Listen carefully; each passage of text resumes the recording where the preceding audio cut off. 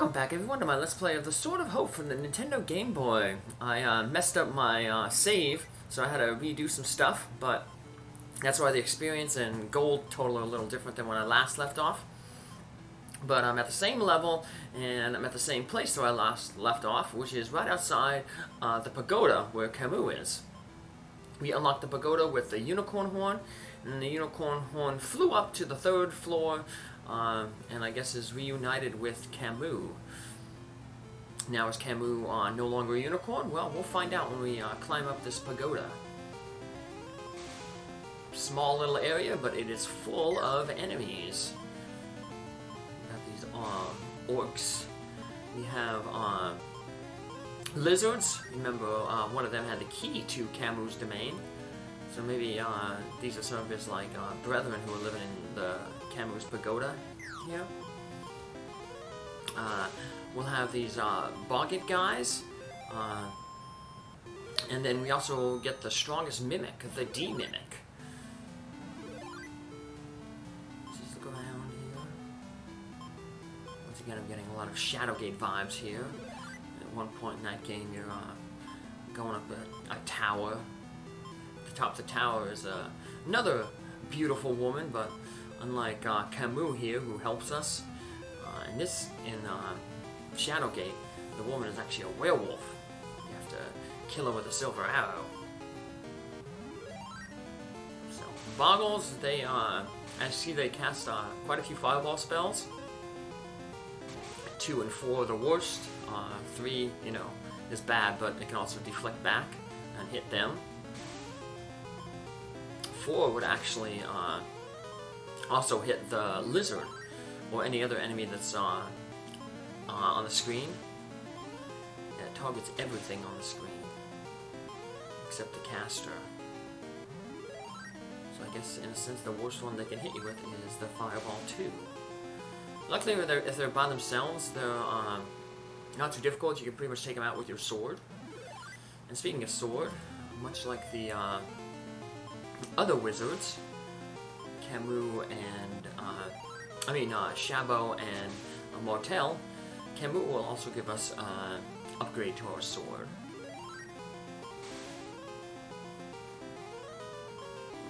Just keep heading up the tower, the pagoda. Winding staircase. So this is the strongest mimic in the game, the D mimic. We saw the regular mimic, and then we had the M mimic. Now we're going to run into basically D mimics from now on. They have 100 hit points, and they actually have an ability. They actually have an attack, Strip All, which takes away points from all of your attributes. So we just take this out guy with the Beige Fire. The best way to go. And still hit pretty hard. Luckily we got the good platinum armor. Best armor we're gonna get in the game. Still gotta get the best sword in the game though. But don't worry, by the end of the episode we will have the Sword of Hope. Which kind of makes this upgrade to the sword here, it's called the Adage Sword, kind of pointless, because you get its the Sword of Hope so soon after you get this next sword. Alright, we got another recovery spell there, Recover Max. But we're not really going to need that until we get a lot more hit points. So Recover Medium is still good for now.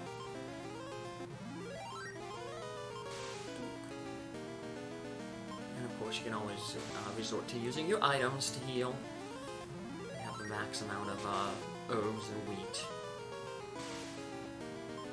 And because we hit level 20, the herbs and wheat, the price just went up. And the herbs, it goes up 8 gold every 4 levels.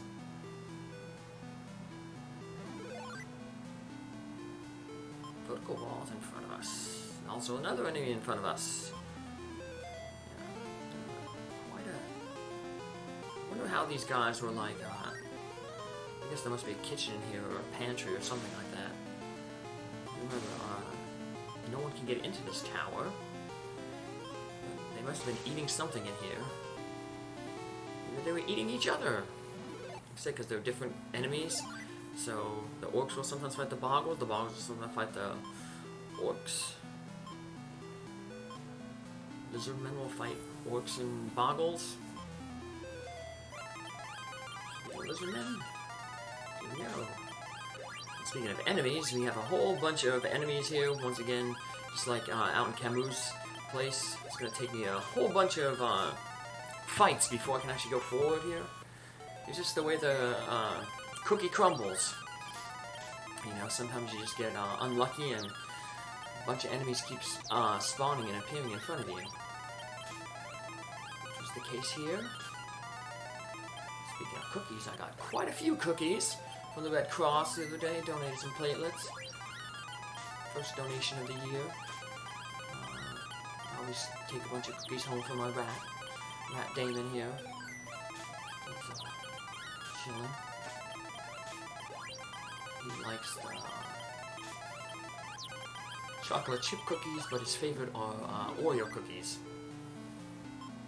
He likes to tear them apart and eat all the frosting on the inside.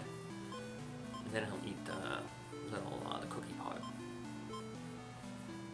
So this is actually a decent chest. We can hit it, gain some hit points, which will be useful for when we're grinding.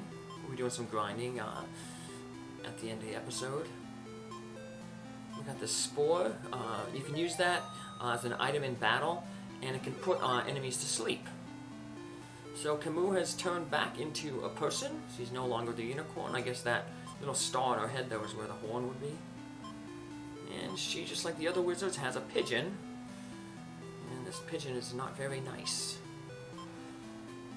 Prince Theo, thank you for saving us. I returned to my true shape. Thank you again. I can't thank you properly, but thank you from the heart. I believe your mother is truly pleased at your deed. Ah yes, to see your mother use the charm of the sight. That's basically confirming that the voice that we hear at the altar whenever we use the grace spell is basically our mother. She's the one giving us the clues. And speaking of giving things, let's get something off the pigeon here. Uh-oh. You want Amy to get the eggs I'm warming on you? No, you can't have them. Let's try to open the pigeon up.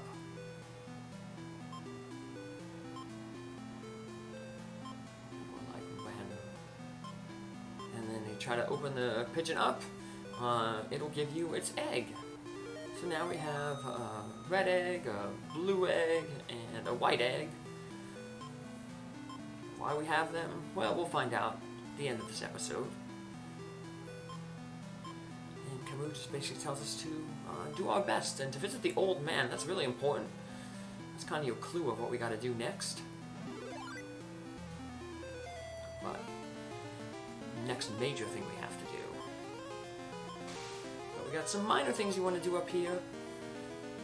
Remember when we were at the base of the pagoda, to the right, I said, you know, you can see the moon. If you get to the top of the pagoda, we can actually interact with the moon. We can put to use that moon fragment that we found all the way back in Shadow's domain. The one that he made us go and look and find to prove our courage. That's going to come in handy here. Basically, it kind of reminds me of the trading game that you did with in Zeldas, and some of the Zeldas I played, Link's Awakening, Oracle of Ages, Oracle of Seasons. Where you're basically using one item to get another item. You're going to use the moon fragment, and that will transform into a fruit, which is basically the elixir of this game, the Final Fantasy equivalent. In Final Fantasy, elixirs restore your max hit points and max magic points in one go. So at the top of the pagoda, I'm going to come back to this screen here. I'm just going to show something off on the screen to the left. It's a dead end, and if you mess around here, you can actually fall to the bottom. So look around, knees shake with fear, look at the roof, look at the handrail.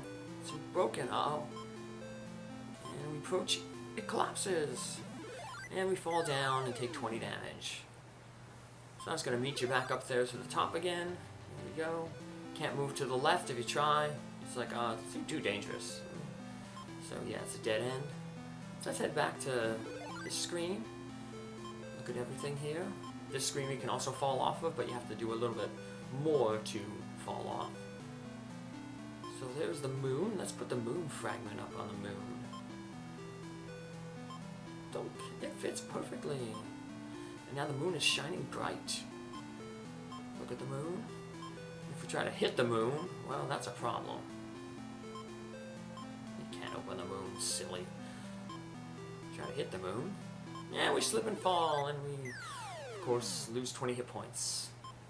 But remember we got, there was a clue on one of the treasure chests a long time ago that, under the full moon, the tree can grow fruit. Let's just walk around a little bit. See if these wizards have anything new to say. What shall I say? Brave Prince Theo, you can save this country from darkness. You have many problems. Please do your best. No problemo. Martel still says the same thing, you know. So let's go see the old man. Remember, that's what Camus told us to do. The old man began to speak. What is it, Theo? Your face shows that you couldn't find the Sword of Hope. Don't worry. Show me the 3 eggs you found during your travels. The old man muttered long magic words with shut eyes. Just then, the 3 eggs open and a tricolor aura emerges. White is wisdom, blue is courage, and red is love. So that, increase the added sword gives plus 40 dexterity, but we didn't really use that sword because now we're getting the Sword of Hope, the Wish Sword, which gives plus 55 dexterity, and even better, it hits all enemies on the screen.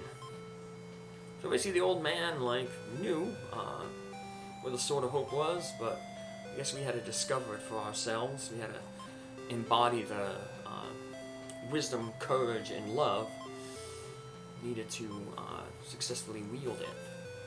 So it's almost like the 3 pendants in Zelda, A Link to the Past. So now that we got the Sword of Hope, we can actually start heading toward the castle. There's a final area in the game. We have to go through the underground passageway first. And the old man told us that the underground passageway is under the mill, to the room to the right of where he is. But before we go there, we want to go to the treant and get that fruit that he now bore, since the moon is full. So she said the treant. We'll have some new dialogue.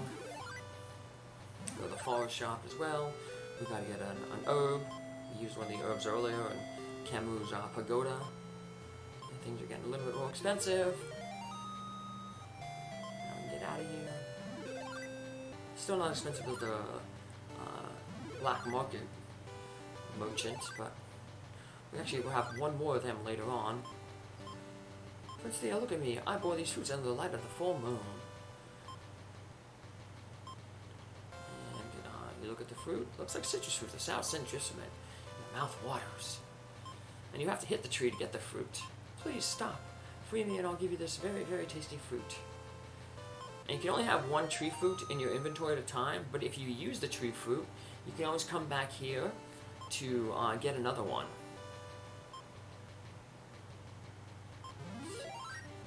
So I'm going to warp here to Camus' place, and I'm going to do some level grinding. Basically get up to level 25. That's the level that you can beat the game at. But I'll get up to the max level of 31. But there we go, I got to level 25. The old man once again will give us the reminder that the castle is below the forest and the entrance is to the right under the stone mill. So the underground passage is pretty tough, a lot of tough enemies. There's a lot of warping zones in there, similar to the cave, Shamu's cave. And I was going to show off a little of them right now to close out the episode. So as soon as you go down, we're given 3 options: south, east, and west. I guess climb up the ladder is another option, but, 3 new options.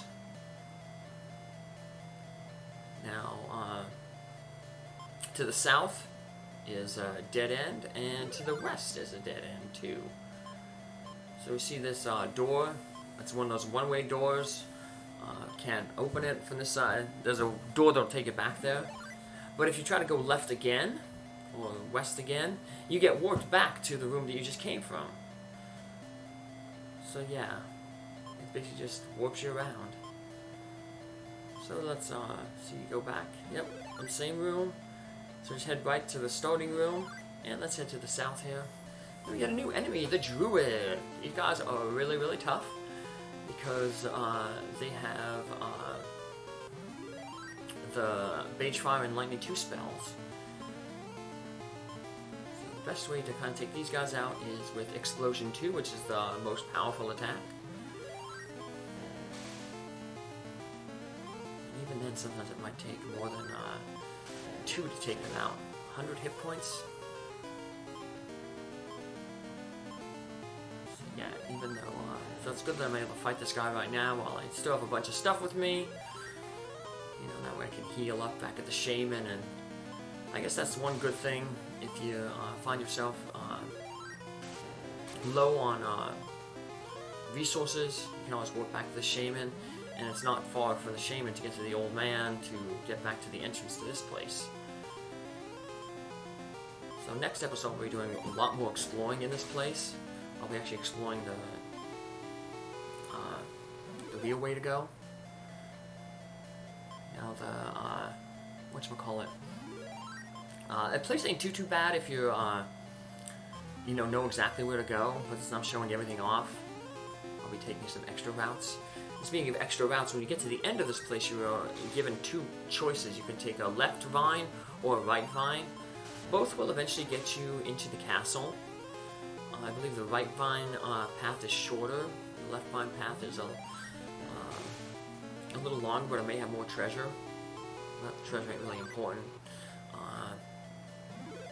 So here we are in this room to the south, and we actually have a treasure chest that has some gold in it, but you don't really need the gold.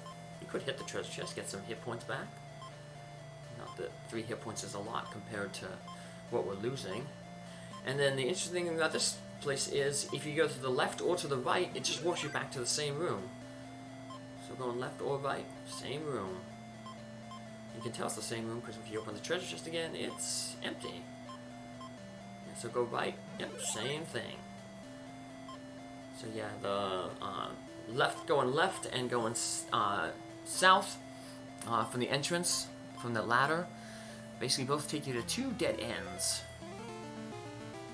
So you don't have the resources to take out that Druid. Actually, we don't have much resources at all to do much of anything. So I'm going to use the teleport spell, head back to the Shaman, heal myself up, 29 gold, remember your level +4.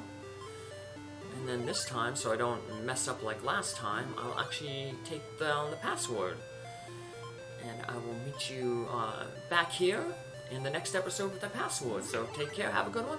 Thanks for following along, have a good day. Bye.